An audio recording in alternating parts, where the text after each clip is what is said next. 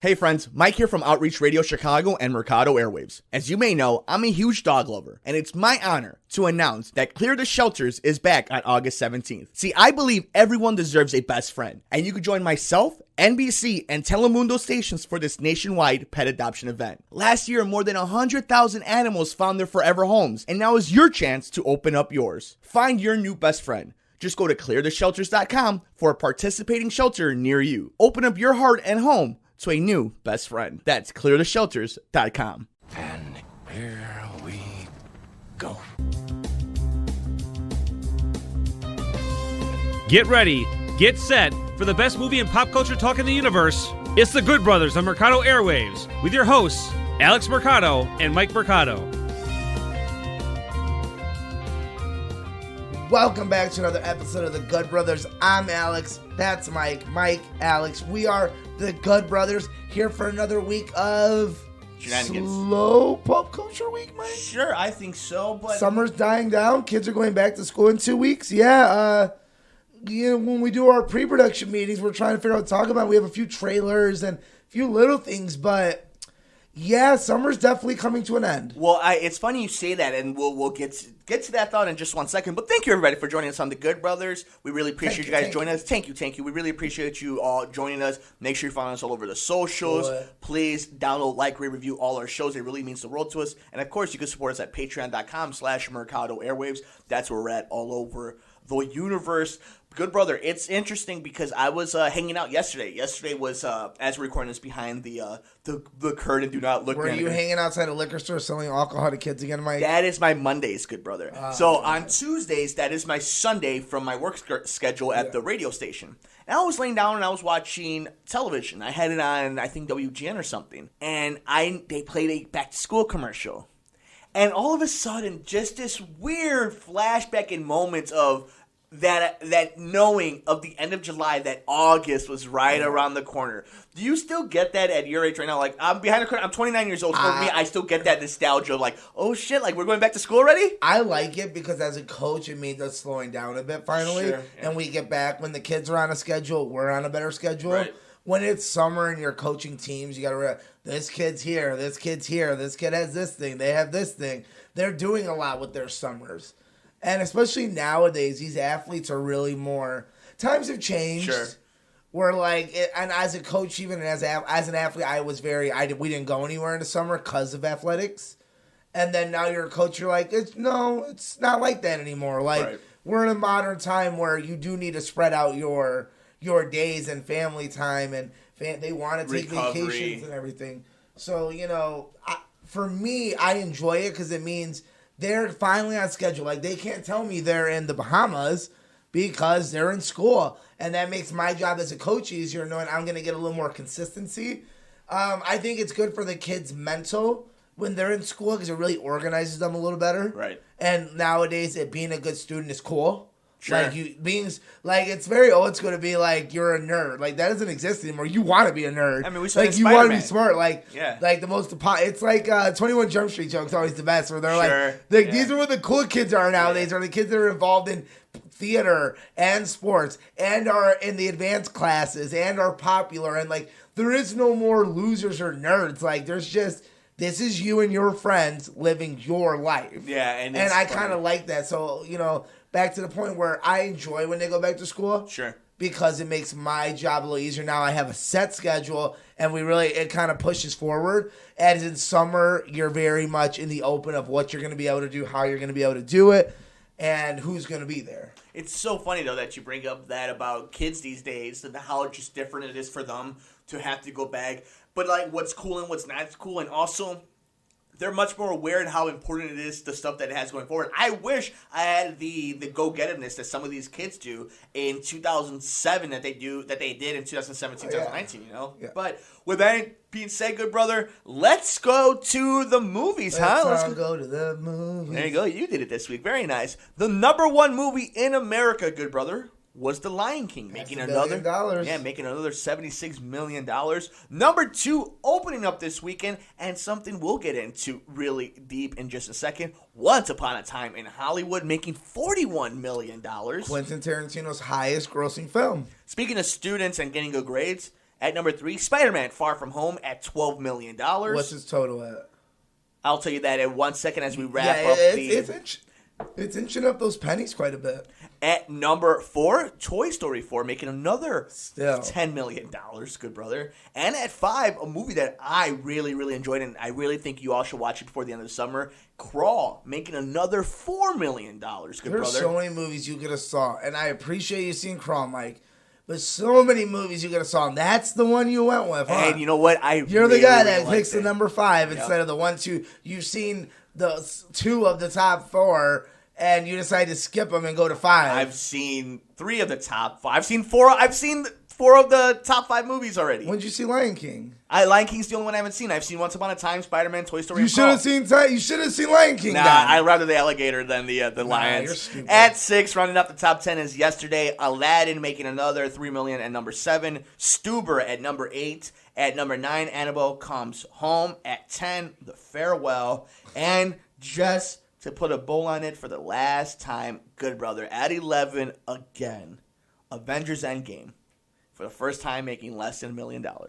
I mean, I think it's funny. We're probably the only show in the world that does pass 5. Yeah. So I was like, Annabelle Creation's still in theater. Like, some of Yeah, these movies, I'm like, Annabelle Comes Home, yeah. The Farewell is still in theaters. Like, who's watching these movies still? And to Tuesdays, $5 Tuesdays. Yeah, I love $5 Tuesdays. And to put, that's why I watched Crawl, because I had a free gift card from Fandango. Because I'm saying I get it, Mike, but you skipped the $1 billion movie Fair for enough. the indie. And speaking of $1 billion movies, to put one final thought onto your Spider-Man question, we had Spider-Man Far From Home make $1.04 billion.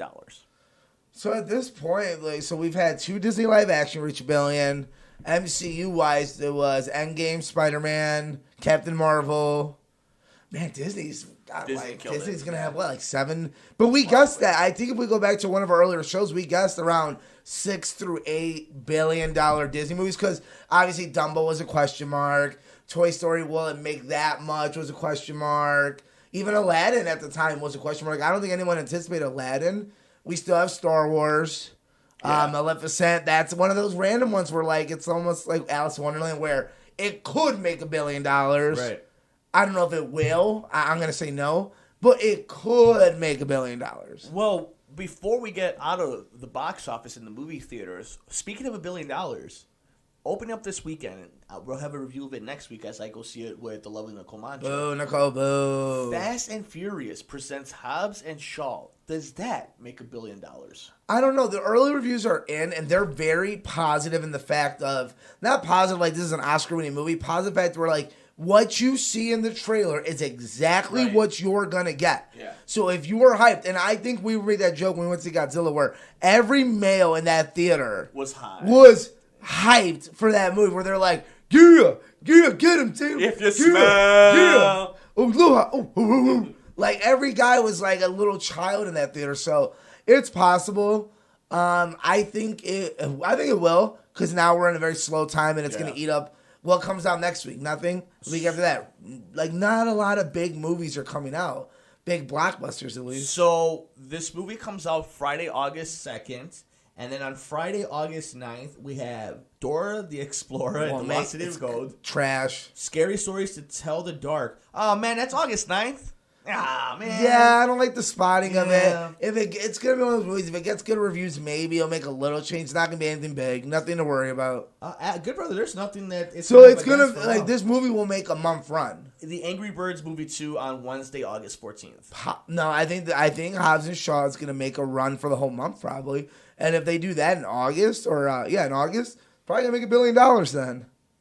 Yeah, and September 6th is the It Chapter 2 day. So that would be the one after that beats it. Yeah, and maybe Angry Birds I think Angry Birds 2 is probably the one. Because it'll usually eat about 50, 60 million, because we haven't had let's be honest, we haven't had another animated movie in quite a bit. Yeah, that's going to be the Secret Life of Pets. Yeah, so you're going to get a chunk there. Obviously, they make their money. That's why we get so many. Like, we'll get Secret Life 3 one day and Angry Birds 3 because it's making money. Man, you know what? I'm super bummed about the August 9th drop date of Scary Stories to Tell. I haven't loved the trailers. And you know what? It was funny you just said that. I literally was just thinking, I'm like, I really haven't even enjoyed the trailers yet. I would need them to tell me, guys, it's a sick movie. Yeah. And then I'll go see it. But, like, as a trailer and as the hype level, I'm like, if I see a lot of bad reviews. I'm going to skip it, guys. That sucks. Good brother, speaking of something that, at least in my opinion, didn't suck. We go back to the world of Quentin Tarantino in Once Upon a Time in Hollywood. Good brother, what did you think? Spoiler free first, because the real heavy spoilers come at the very end of the movie. Yeah, spoiler free. For now, and then we'll get into the ending a little bit. I really, really enjoyed it.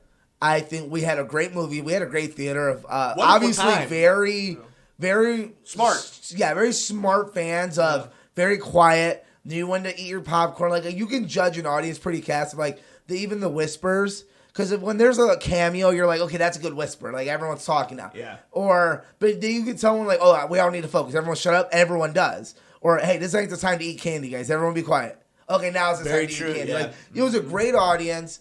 The 2 hours, 45 minutes, I'll be honest, didn't feel very long. Yeah, it went by for fast. us, at least for us. There probably was people in the theater. But it's all perspective, because obviously Endgame, it felt long when I saw Endgame. Like, I had to use the bathroom. This movie, I sat there being like, I'm good. I could do another 20 minutes. So I get this question a lot. So for all you who ever wonder what people like Alex and I talk about when it comes to what it felt like in a 2-hour movie, it's like anything in life. It's like when you're having fun.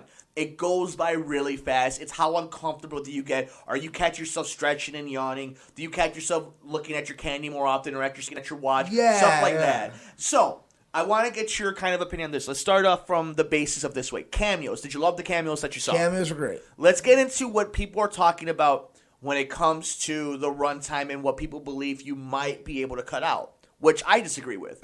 So you know what? How about that? We're going to go heavy now into the movies. So, good brother, let's give a score and then go watch it, everybody, and then join us for the spoiler. We'll put a timestamp on everything. But good brother, the score for Quentin Tarantino's Once Upon a Time in Hollywood, according to the good brother Alex Mercado, is 9.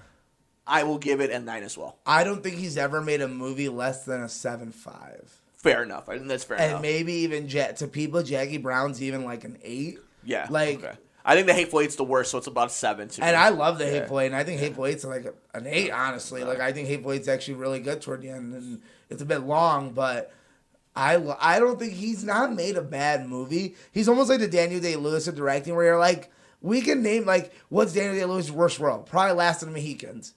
It's a great roast, though, but if I have to judge it, that's his lowest grade. Same with Twitter. You're like, he hasn't made a bad movie. None of his movies are critically bad. Yeah. But if I had to pick a worst one, that would be one of them.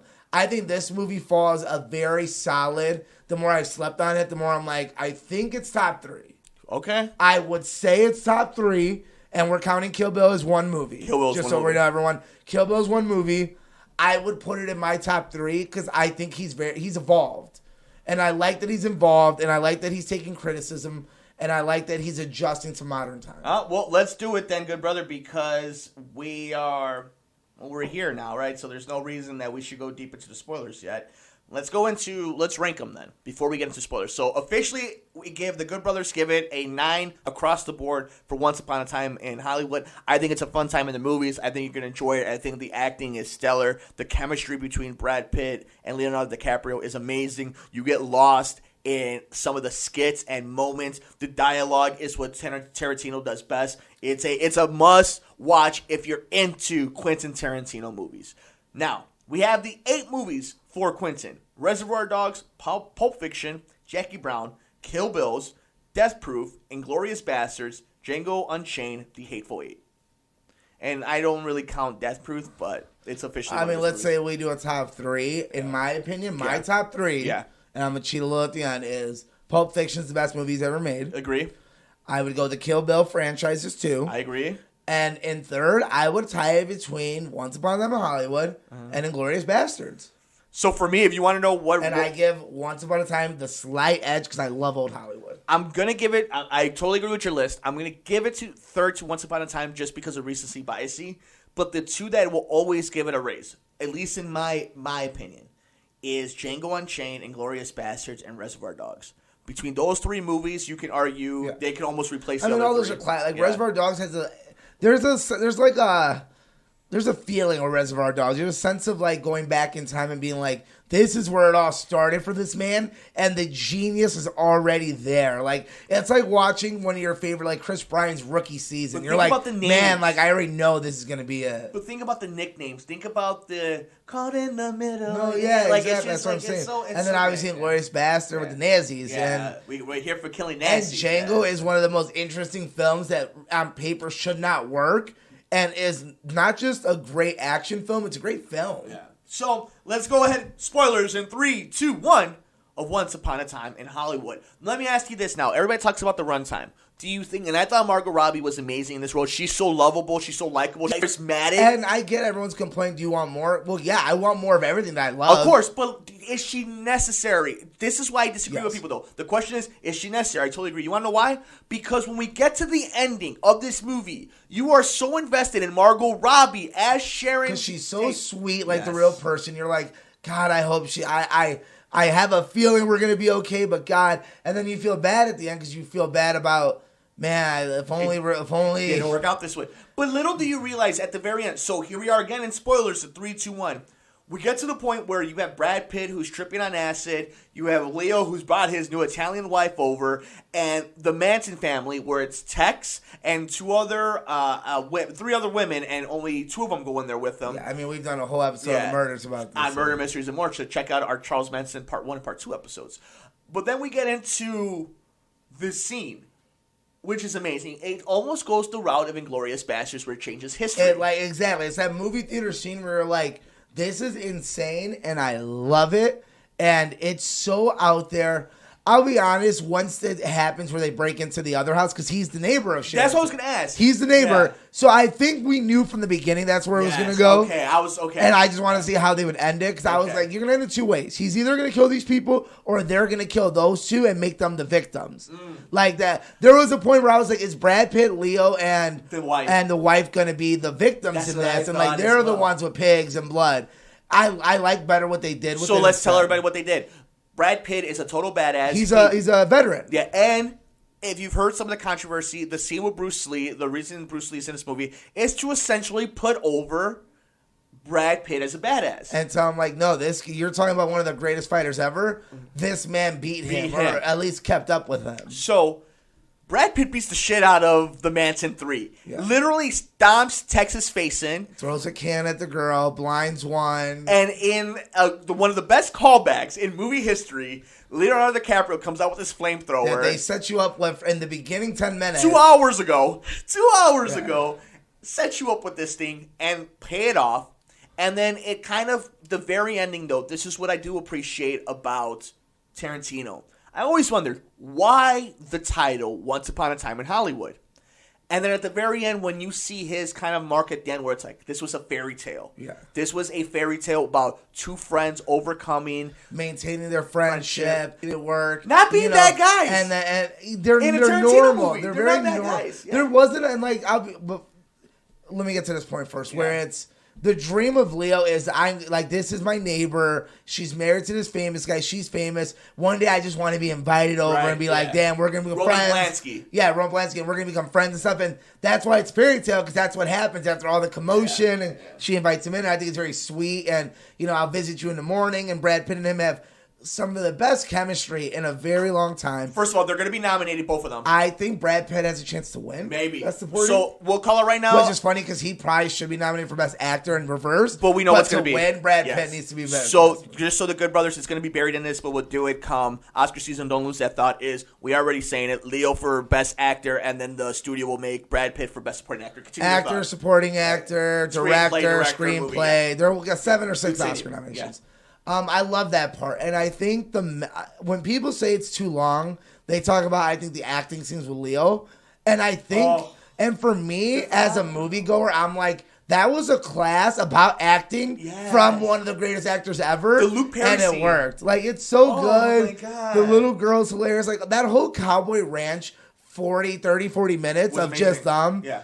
And people were like, it was long. I was like, no, like, this is, again, we're sending it back to, this is acting. Yes. Like, this is the cinema. Like, how great I love to feel that way. Going to this, like, I'm in this, like, when we saw Godzilla, it felt like I'm in a movie. Like, this is the cinema. This is modern classics. Yes. That's how I felt with this when it comes to like that was a kaiju movie. This is just a film of classicness and old Hollywood and that old California in general, honestly. And you had another thought that you wanted to get to that did you put on in the universe? Did you forget it?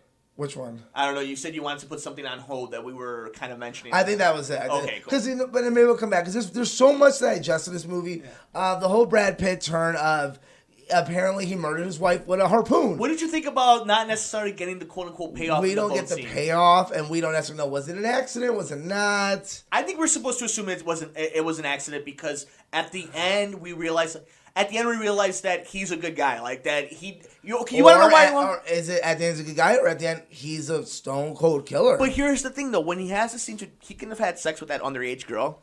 There was always moments where he could have done something bad, but the movie translates to him just being a real dude and just kind of. But you can also take it as he almost got caught once. He Fair. won't do it again. So that's why it leaves it open. I'm with you more. I think it goes down to it was an accident. We're like.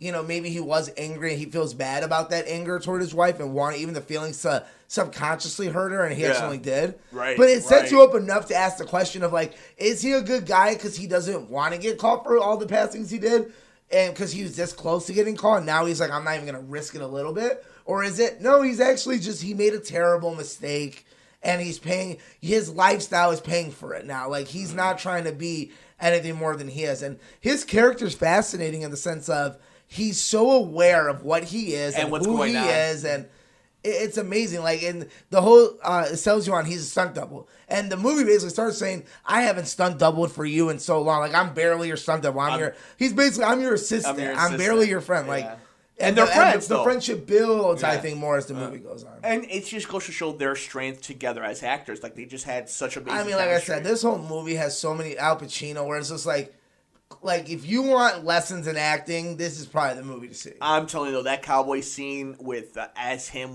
when he finally puts it all together with Luke Perry, I think was just mind blowing alone. Like, I got sucked into that moment in a movie within a movie. I think it was so much fun. I think Quentin Tarantino was on his game when it came to dialogue and characters in this movie. Like always, yeah. There is no plot, though. I'll give you that much. There is no plot in the sense of it's just building you to one moment. I mean that at the same time, that's a lot of his movies where you can find the plot of, like, okay, the plot is a famous Hollywood star's dying career in life. Trying to go up That's and down, kind of like this is the real Hollywood where he's famous, he's on top, makes a mistake, now he's back to the mediocre. And I love the scene with Al Pacino where he's like, we see actors like that these days where you're like, that was the bad guy from that episode. And that was the bad guy from that episode. Yeah. Oh, and then, like, he says it good. He's like, you're just here to put guys over. The new pretty boy face crazy. To put over that guy to go be the next bad guy on the FBI show. And then the bad guy in the cowboy show. And the bad guy, and you look at this Hollywood, you're like, oh, yeah, that is how they did it. Like,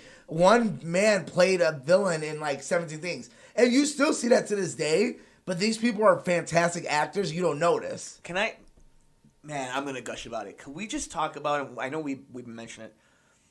Man, Leo is so good. Like, the slight stutter he has as the character is so flawed. How is it possible that a human being, not named Daniel Day-Lewis, can legitimately be that good as an actor? Personally, I think he's the modern day Daniel Day-Lewis. Fair enough, yeah. He's very selective about his roles now.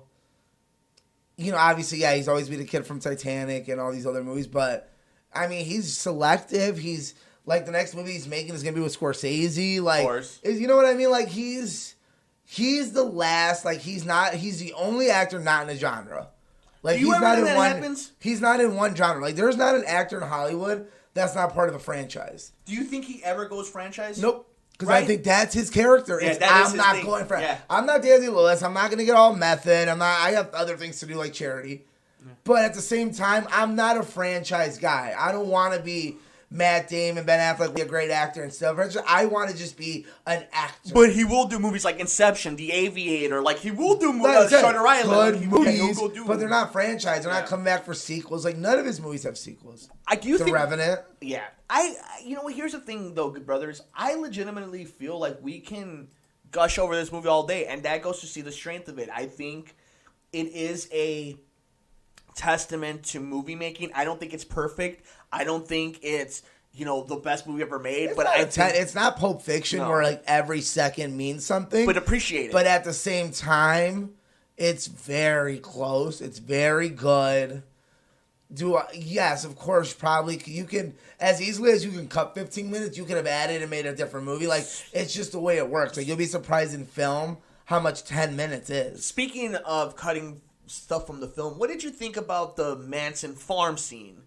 Oh, I thought it was classic. I think it was very good. And I go back to what I told you last episode. We talked about what we would like for Tarantino's last movie to be. That was a perfect example of Tarantino doing suspenseful scary. And now I'm starting to think like he has horror chops for sure. I think he can do anything. He can do sci-fi. He can do horror. He's a good writer at this point. He's just a good writer. There's a reason he wants to do everything because he can do everything. I like the Manson scene. I like that we only see him once. Which is very interesting. Which is a very true story when he went to the house because an old friend lived there. And then they get to the ranch. And I like how they tease you with Brad Pitt picking her up the whole time. And you're like, okay, where's this going? And evenally it obviously goes knowing she's a Manson girl. Like, we know this because they kind of tease it with her. We know she is, but he doesn't. That's what's interesting. Because it works out where in real life that was the ranch for that stuff. And now these are cowboys. So you're like, oh, that's why they did it this way. Because that simple connection of, wait, they're old cowboy actors? Oh, I get it. Because the ranch the Manson family lived on was an old ranch that filmed cowboy movies / TV shows. Mm-hmm. And that's all you need to start a connection. And that's all Tarantino needed. And then it's like, oh, you know what? Let me change this part of history. Who's their neighbors? It's these guys. Yep. And so let's get into that a little bit. Are you like it personally that Manson wasn't a big part of this movie? Yeah, he shows up. You hired the actor because obviously we knew the actor was hired. Yeah. And he shows up as like in real life says, does my old friend live here? No. Former Beach Boy. Okay. Yeah. Okay. And he walks away.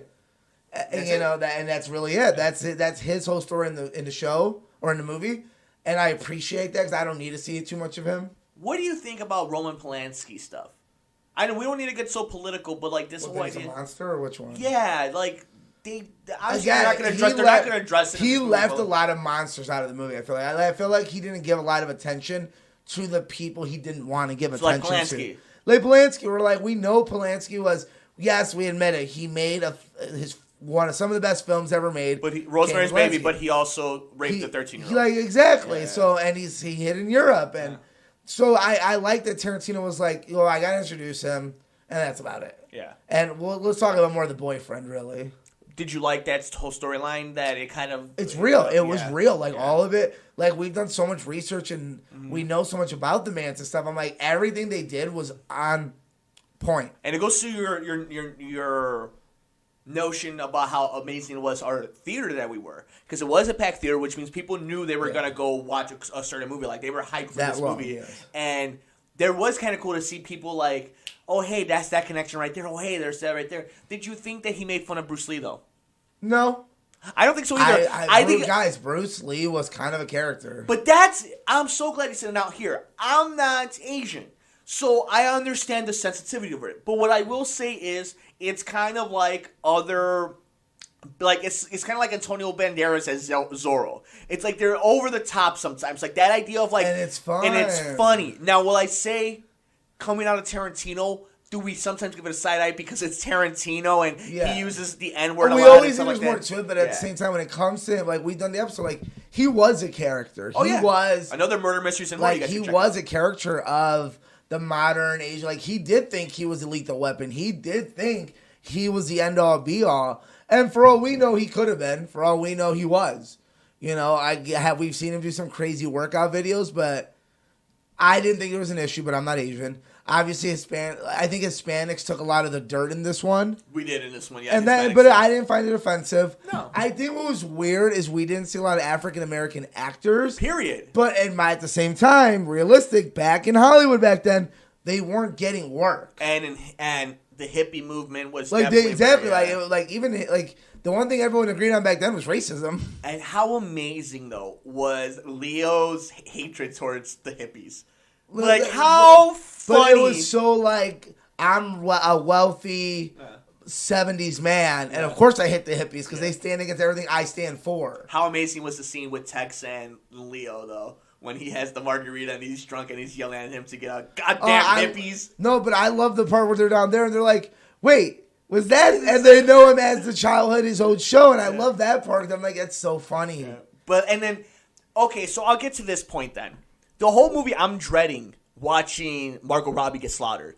And then I put it together. I knew she wasn't. No. From the when this movie was announced, I knew she wasn't going to. That's just because you kind of took a guess of where he was going to go history-wise. He wasn't going to do it. He wasn't going to destroy his career for it. But this is what I was going to say. I'm like, the whole time I'm thinking, I'm like, okay, he's for sure going to go with Brad Pitt and Leo. The real question is, does he kill Brad Pitt or Leo? But then I just started thinking, like, man, is he ballsy enough, though, to really go in all the way? But, like, here, like, again, if you really thought he was going to get straight, you must not know Tarantino very well, because guess what he does to all the monsters in his movies? Sodomized. Yeah. And then sodomized the guy that did that, who was even worse, racist. Yeah.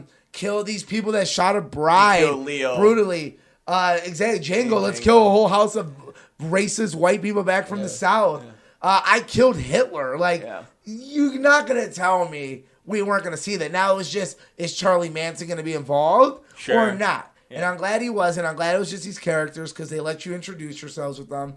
And Brad Pitt just demolishes them, and the flamethrowers hilarious, and everyone pops for it. Arguably, other than Endgame, seriously, maybe the best 15 minutes in this year in movies that wasn't Endgame.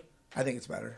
Okay, that's fair. It's amazing. It's one of the most hyped 15 minutes ever. You know me. Endgame's fine. Endgame's great. Good, brother. We could talk about this movie all freaking day. I love this movie. We need to rewatch it, Yeah, we definitely need to. It's got an 84% tomato reader, really and it's 72% from the audience. So a good score from the audience. I think the runtime has more to do with it. Yeah. But it's a great score. 84 is a really good score. Are we putting it on the board for Oscar season for sure? It's for sure. Okay, cool. So I agree with you for sure. Now, yes. Okay.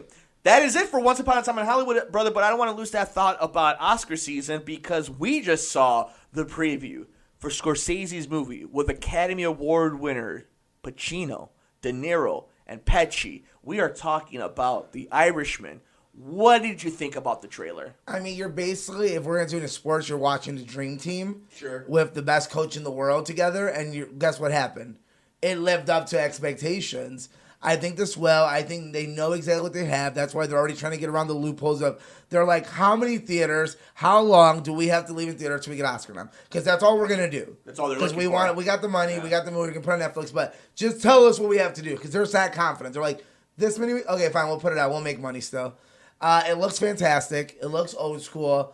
I can't even tell if they were de-aged or not, so I think that's a great sign. I think they would, because you know what? I'm glad you mentioned that. The scene where I noticed it the most is the scene with Pacino, De Niro on the phone. I didn't even notice it at all. It definitely looks like they were aged. Well, I get that, but like, they were not, de-aged. Yeah, but it's just not, like, you know it's de-aged, I don't think it looks like that. We just for it. Know it. Yes, because we know it. So I'm like, oh, that's how that's not how De Niro looks nowadays. Yes, like, De Niro's extremely old at the Lakers games or whatever. So, like, I know what he looks like. He doesn't look like Meet the Parents De Niro. The only person who looks old, and I think that's on purpose because of who he's playing, is Pesci. Pesci looks like the real character. Well, what's funny is Pacino's the only one that didn't get de-aged. Really? Everyone else got de-aged. Like, Al Pacino's the only character playing Hoffa who didn't get de-aged. Like, he's actual just... But Pacino looks a little younger, honestly. Pacino has aged a little better than a lot of people. So Pacino's playing Jimmy Hoffa? Yeah. So I mean, that's in the trailer. So if people know what happens to Jimmy Hoffa, that's interesting that's who they chose, was that the Pacino actor was like, okay, we won't get into it because if people don't know the Jimmy Hoffa story. Maybe we'll do that in Murder Mysteries and more, too, so before the movie comes out in October. Before Nicole comes back. Yeah, so... Passing Grade, right? We think it was really good. Fantastic. I think it's a very good trailer. That's a very cut and paste. It's the first trailer. And we still have like 3 months before it even comes out. We're definitely seeing it in theaters, and then I'll rewatch it on Netflix a week later. Absolutely. And speaking about rewatching Good Brother, I need to gush over the Amazon's original series, The Boys. I am on episode 7, so I have 2 hours left of this series. Good brother, I'm going to tell you something right now, man. And you know me, I have been so hyped for The Watchmen to come out on HBO. And the fact that it's HBO is the reason why I'm even still on board. The Boys is everything we've wanted, wished for, and hope we get in the Watchmen universe. Carl Urban, phenomenal. I think it's going to be a scenario where it comes down to the Doom Patrol and the Academy show from Netflix. Sure. I don't know why I'm brain farting. Where they're almost so similar. The Umbrella Academy. Yeah. Yes. But they're both so good, and you need to watch both almost. Yeah. That's how this is kind of starting to feel, where it's like, we know it's very similar, but honestly, both are good enough where you'll enjoy both. They're not coming out at the same time. We're not in competition. No. So at the same time, just because technically this is Watchmen style, doesn't mean that's like saying I can't enjoy 2 30-minute sitcoms in a row. Like, no, I love Blackish and the Goldbergs. Which is why it's so important that Boys came out first, early, and smash. Yep. Because now it doesn't matter. Cool. They're going to get their second season. For Watchmen. Yeah, because it builds into it. And obviously the Watchmen have everything behind it when it comes to the real... Because we're talking about 2 big corporate machines between Amazon and HBO. Yeah, they're both comic book adaptations. But it's good to see that both of them seem to have... the right momentum. And knowing what I've seen from the Boys already, I am super ecstatic to see what they have left for the last 2 episodes. And...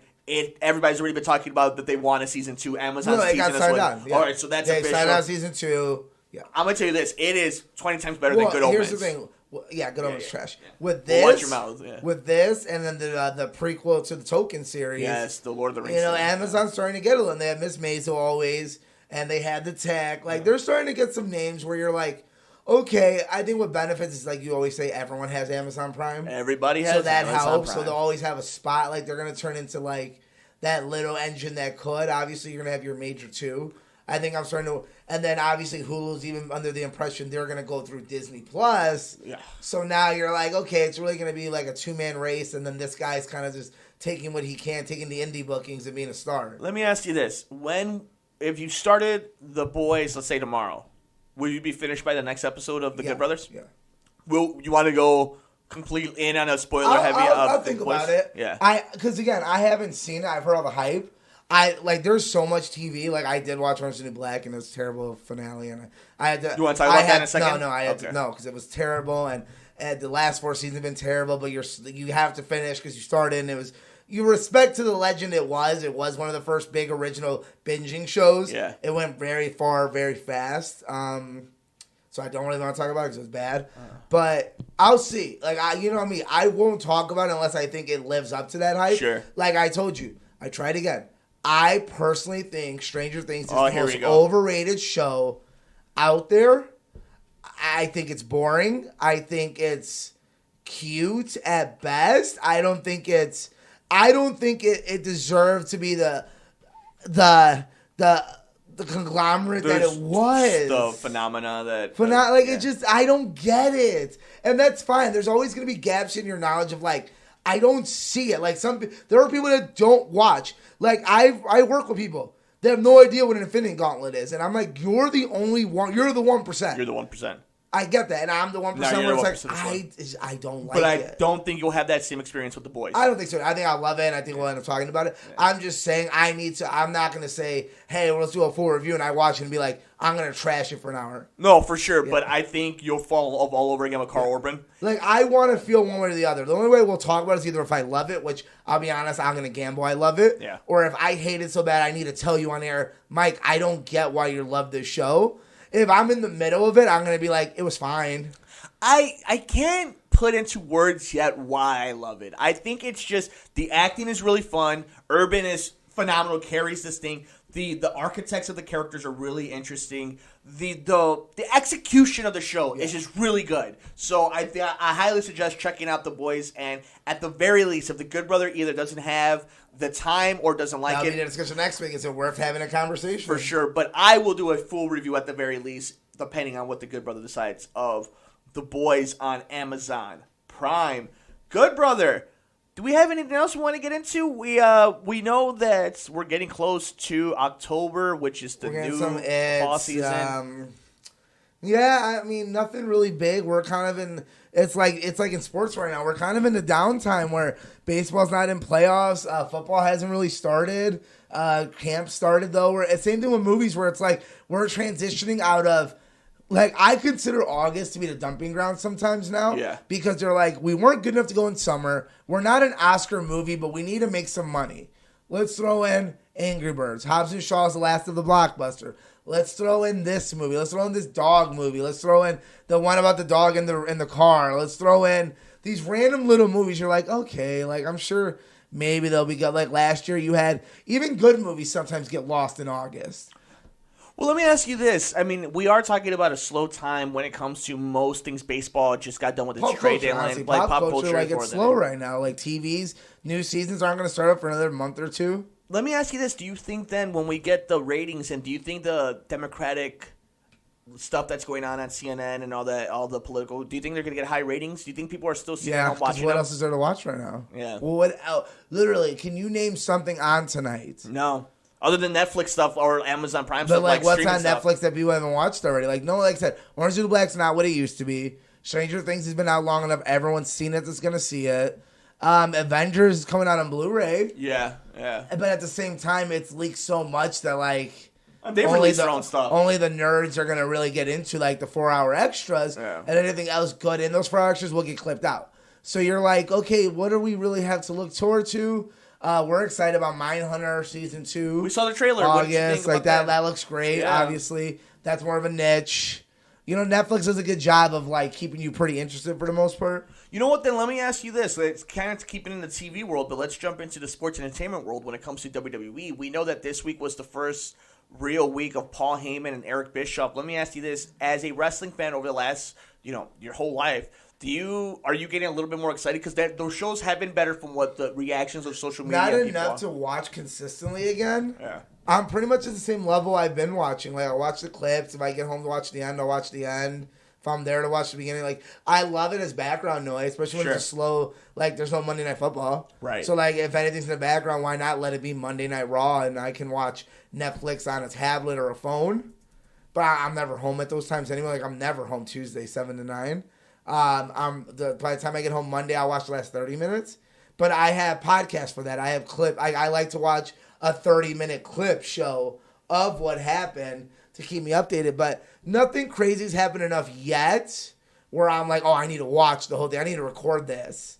Or I really need to get every detail. It's still the same of like, well, this is better if I'm watching clips. At least it's not garbage clips. Right. And we are getting close to SummerSlam, which is, I think, next week. So we'll have a full... Is that next week? Yeah, we'll have sure? full... I believe so. So yeah, that's crazy. We'll have a full preview and our selections of SummerSlam and NXT weekend. I mean, we always do. Yeah. I also want to get into this. Next week, this is officially... football will be on essentially every week up until February for the Super Bowl. And coming up next week on HBO is Hard Knocks with the Oakland... I love Hard Knocks.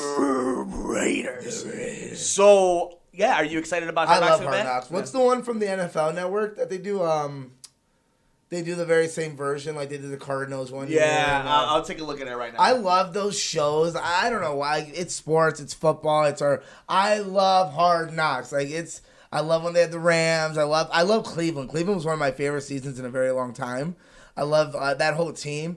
And Mike and everyone in our league always makes a joke that Alex watches Hard Knocks and that's how he picks his players sometimes. Right. I'm like, I saw him on Hard Knocks. So I know. But in my defense, the Cleveland Brown players that I did pick turned out to be money. So just going to point out there, I was correct in making those decisions. And the series that we watched was All or Nothing, a season with the Arizona Cardinals. I love that stuff. Like, stuff like that is just great. Seeing Larry Fitzmagic, but I love Hard Knocks. It's the Raiders this year, so you're not going to pick up like Jordy Nelson or something now because it's the Raiders. You're an idiot, yeah. You're going to pick Derek Carr. I'm going to pick Derek Carr. Antonio Brown. He's going to have a great story. Oh, I'm getting Antonio Brown. Yeah, so do you think Antonio Brown... Like, obviously, they get to select the stuff. Who's the number one pick of this year's draft? Who was the... Who is? Who do you think is going to be the favorite number one in fantasy football this year? Oh, in fantasy football... Probably Saquon Barkley or Ezekiel Elliott, depending on what happens with Zeke. Well, it depends. Honestly, it depends. Not really. I think most those top 6 running backs. But what happens with Ezekiel Elliott is his contract situation that he wants an extension from Dallas, and they obviously don't want to play it. They don't want to pay him because the league doesn't pay running backs. Yeah. But I think Saquon Barkley at his second year is probably the best bet for most consistent. I think Ezekiel Elliott is a great bet. I think there's a bunch. I think Patrick Mahomes. I think Patrick Mahomes probably a fifth rounder. DeAndre Hopkins. DeAndre Hopkins is a big one. Juju Smith-Schuster is a big one. Le'Veon Bell. Todd Gurley, Le'Veon Bell, Leonard Fournette, Todd Gurley, Melvin Gordon. I mean, obviously, if you're trying to notice, Mike's a very big running back man when it comes to his leagues. Well, because you got to get them down early. Because after that, the drop off is big. I get it. I like to mix it up with a 1-2 Sure. combo No, instead for of sure. a double dose. You're very running back. I'm very, let me get a number one receiver Well, it and a depends. number one running back. If you could get, let's say you could get Melvin Gordon and Julio Jones, yeah, you're happy about That's that. what I'm saying. But if you could somehow find a way to get David Johnson and Melvin Gordon, you're pretty happy about that too, because there's not many David Johnsons and Melvin Gordons around the league. Yes. But like you said, the reason I don't want to pay him, running backs, they come and go pretty fast sometimes. But good brother. Backups come in. Look at homeboy from Pittsburgh last year. With Le'Veon Bell or Antonio Brown? No, Connor. Oh, James Conner. He comes in and he's a fantasy stud for all season. And if all you had to do was have a backup, Right, and I think the change big the thing, NFL. Now he's the starter. and I think the Bears have a good chance of actually making some noise this year. They're obviously susceptible to the whole NFL second-year Howard slump. should do okay in Philly. He should be doing good in Philly, but I think Mike Davis in Chicago is really good. I like Montgomery here in Chicago. I like Tariq Cohen. I like Allen Robinson. I like Cordell Patterson. They're fine, yeah. They have a nice. The Bears have a nice team this year. I think it's an open division right now. I think they're the favorite in the division. I And would say so. That's why. The I big would thing say is so. Green Bay. They have a new coach, and Aaron Rodgers is obviously Aaron Rodgers. So it depends on how they match I together. mean, he'll always Matt beat us LaFleur somehow and with a somehow. 70-yard touchdown. But like the Vikings have quarterback issues. You're not too sure if their window is closed. Obviously, Detroit is at the basement of the division. So it really comes down to now is the time to strike. And Exactly. You need a strike. You need a strike. I think they're going to go 10-6 though, because it's going to be tougher to win I think games. so too. Yeah. Like 10-6, I'm very confident. Maybe even 11-5. But good brother, I think that's it for today. You got anything else you want to hit on before we head up out of here? Football. Football. Thank you everybody for joining us at this episode of The Good Brothers here on Mercado. We always really appreciate you. Make sure you join us all over social media. Please like, rate, review, and share us anywhere you get your favorite podcast. And of course, visit us at patreon.com/Mercado Airwaves to be a supporter of the network. Good Brothers, last thought. Bear down. Bear down, everybody. We'll see you on the next episode here of The Good Brothers here on the Mercado Airwaves. Network. Thanks for joining us here on The Good Brothers, here on Mercado Airwaves. Enjoy our shows? Follow the Mercado Airwaves crew all over social media. Like us on Facebook at Mercado Airwaves. On Instagram, Nicole is at Typing When Tipsy, Alex is at Mercado2121, Mike is at Mike Mercado2333, and our true crime show is at Murder Mysteries and More. And on Twitter, Nicole is at Typing When Tipsy, Alex is at Mercado21Alex, and Mike is at MMercado2333. You can follow the network at Mercado Airwaves. Follow our pop culture show on Twitter at Good Brothers Pod. Get us on the go by downloading our programs anywhere you get your favorite podcast, like iTunes, SoundCloud, Podbean, Stitcher, and other popular sites. Just search us at Mercado Airwaves. While you're at it, please like, rate, review, and share us with your friends. Visit us on youtube.com/MikeMercado2333. Click the subscribe and like button to get notified every time a new episode or interview is posted. Support Mercado Airwaves by visiting patreon.com/Mercado Airwaves, the home of our interviews with athletes and celebrities, which you can get ad-free and early before it's released to the public. Come play video games with us on Twitch, twitch.tv/Mercado Airwaves Network. Mercado Airwaves is powered by Munch Art Design. Like them on Facebook at Munch Art Design. Voiceover work on Mercado Airwaves is performed by Josh Fox.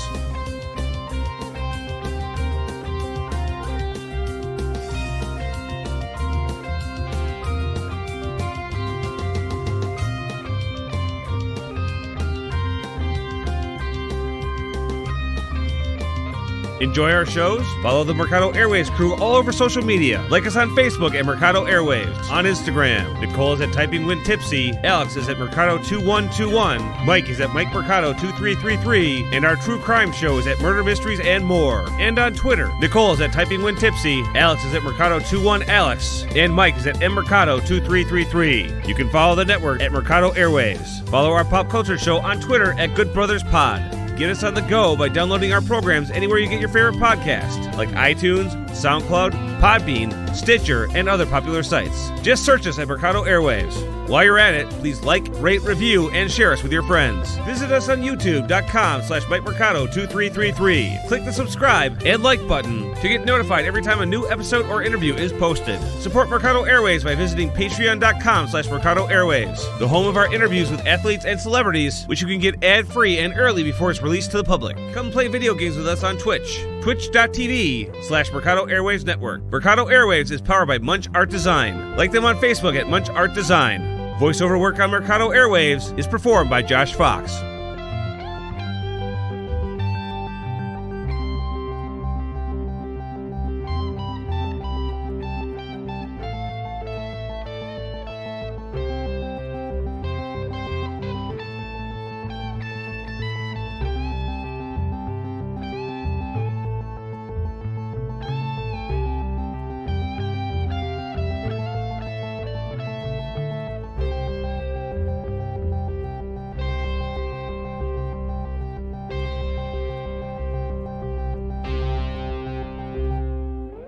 Hey friends, Mike here from Outreach Radio Chicago and Mercado Airwaves. As you may know, I'm a huge dog lover, and it's my honor to announce that Clear the Shelters is back on August 17th. See, I believe everyone deserves a best friend, and you can join myself, NBC, and Telemundo stations for this nationwide pet adoption event. Last year, more than 100,000 animals found their forever homes, and now is your chance to open up yours. Find your new best friend. Just go to cleartheshelters.com for a participating shelter near you. Open up your heart and home to a new best friend. That's cleartheshelters.com. What's up, friends? Mike here from Mercado Airwaves. If you missed any one of our past interviews with amazing guests like future Hall of Famer and pound for pound best fighter in the world, UFC flyweight champion Demetrius Mighty Mouse Johnson, another day at the office, I get to go out there and test my skill. To award-winning producer, director, and actor Orlando Jones. Orlando, how you doing, buddy? Hey, sir. I'm good, brother. How you doing? And all the other interesting guests we've had on. Joining us today is director and writer David Ferrier. Thanks so much, brother. I appreciate you having me on the show. MMA legend Chael Sonnen joins us today. Keep listening to your show. This is great. Thanks, my friend. Just subscribe to us on iTunes at Mercado Airwaves. And while you're there, please like, review, and rate us, friends. It helps so much. We also have a Patreon for anyone who would like to support the show. Just visit us at patreon.com/Mercado Airwaves and see how you can get all of our interviews ad-free and before anyone else, and how you can get your business or company spotlighted on the show. Follow us on Twitter at mmercado2333. Like us on Facebook at Mercado Airwaves. Subscribe to us on YouTube, youtube.com/MikeMercado2333. And if you would like to see what we're up to behind the scenes, follow us on Instagram, MikeMercado2333. Thanks for listening and all the support.